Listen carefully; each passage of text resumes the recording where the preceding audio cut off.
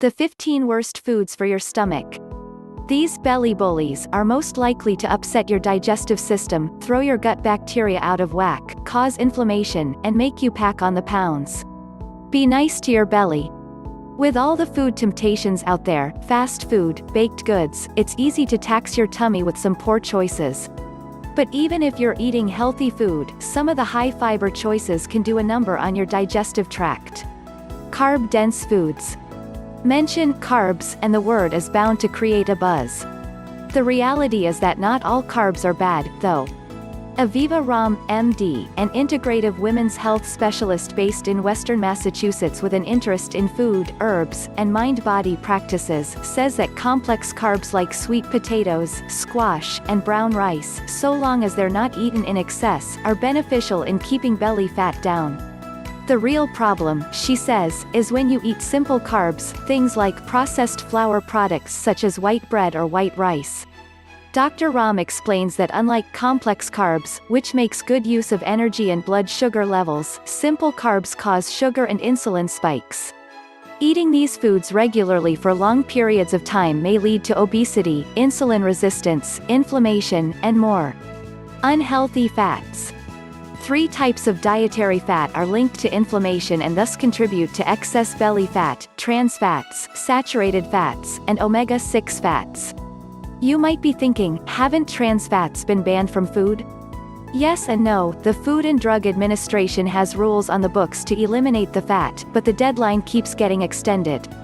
For some products, the deadline is January 1, 2019, but anything made before that date could contain the fats. Some manufacturers have petitioned the FDA for extensions. They'll still be able to use trans fats until 2021. And then there are the exceptions to the trans fat ban. Some uses of refined oils are still allowed under the ban, which means the fat can turn up processed foods. Finally, zero doesn't actually mean zero. A food label can read 0 trans fats and still have under a half gram of trans fats per serving. The fact that trans fats are still around is an issue beyond belly troubles. For example, experts at the Mayo Clinic explain that trans fats, commonly found in baked goods and fried foods, can increase your risk of heart disease. Dr. Ram says that good quality fats like olive oil and avocado are ideal. These fats, she explains, are not only beneficial for healthy cellular function but play a role in keeping you from overeating. Processed meat. Though tasty, processed meats are very high in calories and saturated fats. It's not only bad for your stomach, but it can also lead to heart disease and stroke. Processed meats are very difficult for many people to digest. They can sit in the intestines for longer because they are difficult to break down, warns Julie Rothenberg, Rhode, a licensed dietitian nutritionist based in Florida. They don't contain any fiber, so they aren't good for digestion. Fried foods. Fried food tends to overwhelm the stomach, resulting in acid reflux and heartburn. Rothenberg says that fried foods sit in your stomach similarly to processed foods. It takes the body much longer to digest fried foods due to their high fat content, making them foods that cause belly fat. Milk and high lactose dairy foods. According to the International Foundation for Gastrointestinal Disorders (IFFGD), a key component to keeping your tummy happy is the avoidance of FODMAPs, fermentable oligosaccharides, disaccharides, monosaccharides, and polyols. But all you need to remember is that basically, these are rapidly fermentable carbohydrates that can aggravate your gut. Some people aren't sensitive to any FODMAPs, some experience symptoms after eating only certain ones, and other people develop gradually worsening effects with each exposure. Lactose, found in all animal milk, is the best known FODMAP. Lactose is broken down in the small intestine by an enzyme called lactase. Our bodies produce less lactase as we get older, since its main purpose is to help babies digest breast milk, which means dairy foods that contain lactose can torment our tummies over time even if they didn't before. That may have to do with genetics. Interestingly, the IFFGD says that insufficient lactase levels may be influenced by that as well as ethnicity, noting that almost 100% of Asians and American Indians have low lactase levels and many gut disorders. Excess fructose, in apples, honey, asparagus. Foods with a lot of fructose, another FODMAP, can contribute to gas, bloating, and diarrhea, common irritable bowel syndrome (IBS) hallmarks. Research published in a 2015 issue of Medical Hypotheses explains that fructose malabsorption can intensify IBS symptoms, and is common among IBS patients. The good news? They note that restricting fructose in the diet can lead to symptom improvement. Garlic, onions, and high-fiber cousins. Certain foods like onions, wheat, and garlic contain a kind of fiber called fructan. For some people, fructan is difficult to digest and can lead to flatulence. According to a 2014 issue of Current Gastroenterology Reports, restricting this fiber, you guessed it, another FODMAP, in your diet could reduce a range of GI disorders. Still, more research is needed as there are several factors that may be driving each person's food intolerances. Beans and nuts. Beans, they're good for your heart. The more you eat them, the more you, well, have gas. All jokes about this long-standing rhyme aside, it holds significant truth. Nutrition experts at the Mayo Clinic explain that beans are a common gas-producing food, as is cabbage and broccoli. It all has to do with bacteria in the colon and the digestion or fermentation of undigested food.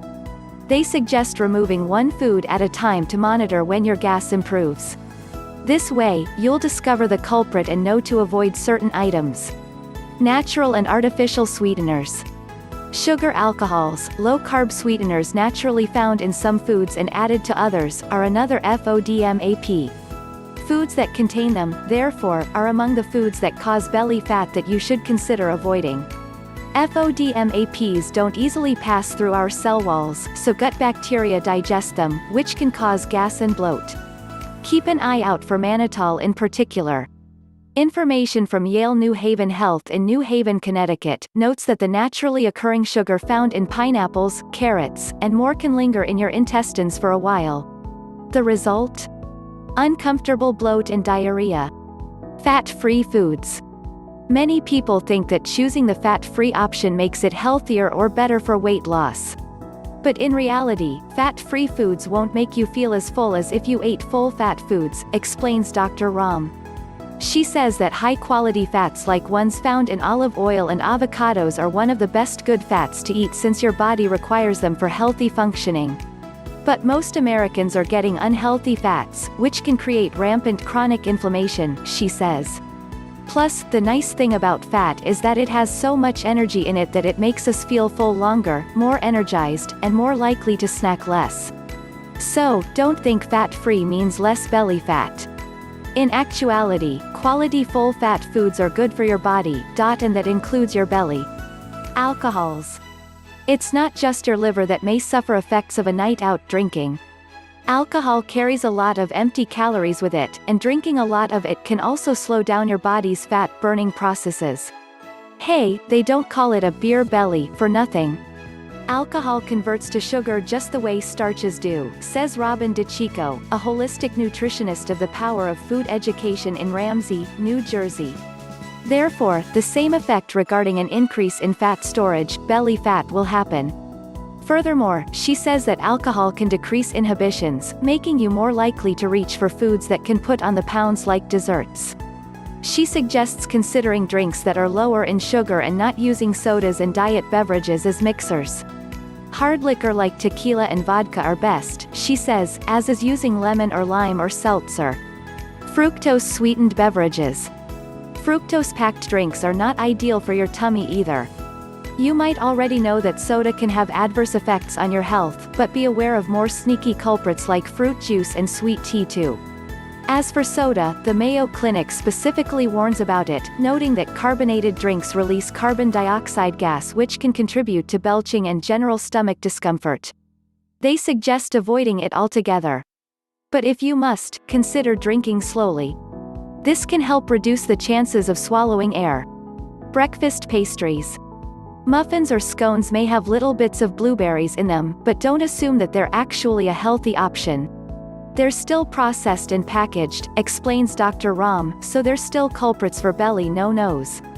She says that processed flour products such as muffins, white bread, and white pasta can interfere with your body's ability to maintain proper energy and blood sugar levels. Ultimately, this can lead to obesity and other health issues. To-go salads. Not even salad is safe, you're probably wondering. But don't worry, salad itself isn't one of the foods that cause belly fat. It's when you get a pre-packaged salad that usually comes with a little, or not so little, cup of thick dressing that can counteract the nutritional value of the salad. I like to ask for olive oil and vinegar on the side and to also use spices to add flavor instead of dressings, Chico says. Look for paprika, black pepper, rosemary, garlic and onion powder, or lemon juice to add flavor to any salad.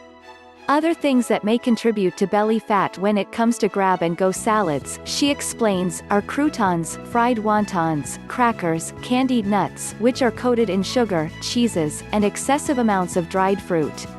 Salty snacks. Salt in any form is a major culprit for belly fat, mostly because it causes your body to retain lots of water, which leads to bloating and weight gain. In fact, a study published in the American Journal of Gastroenterology in 2019 explains that bloating is one of the most common gastrointestinal complaints, and sodium is likely to blame.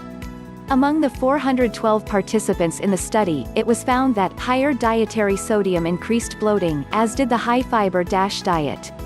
The study explains that high-fiber diets may increase bloating, however, this could be due to dietary sodium intake.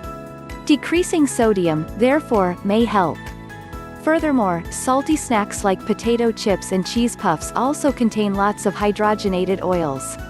Translation: hydrogenated oils are bad fats.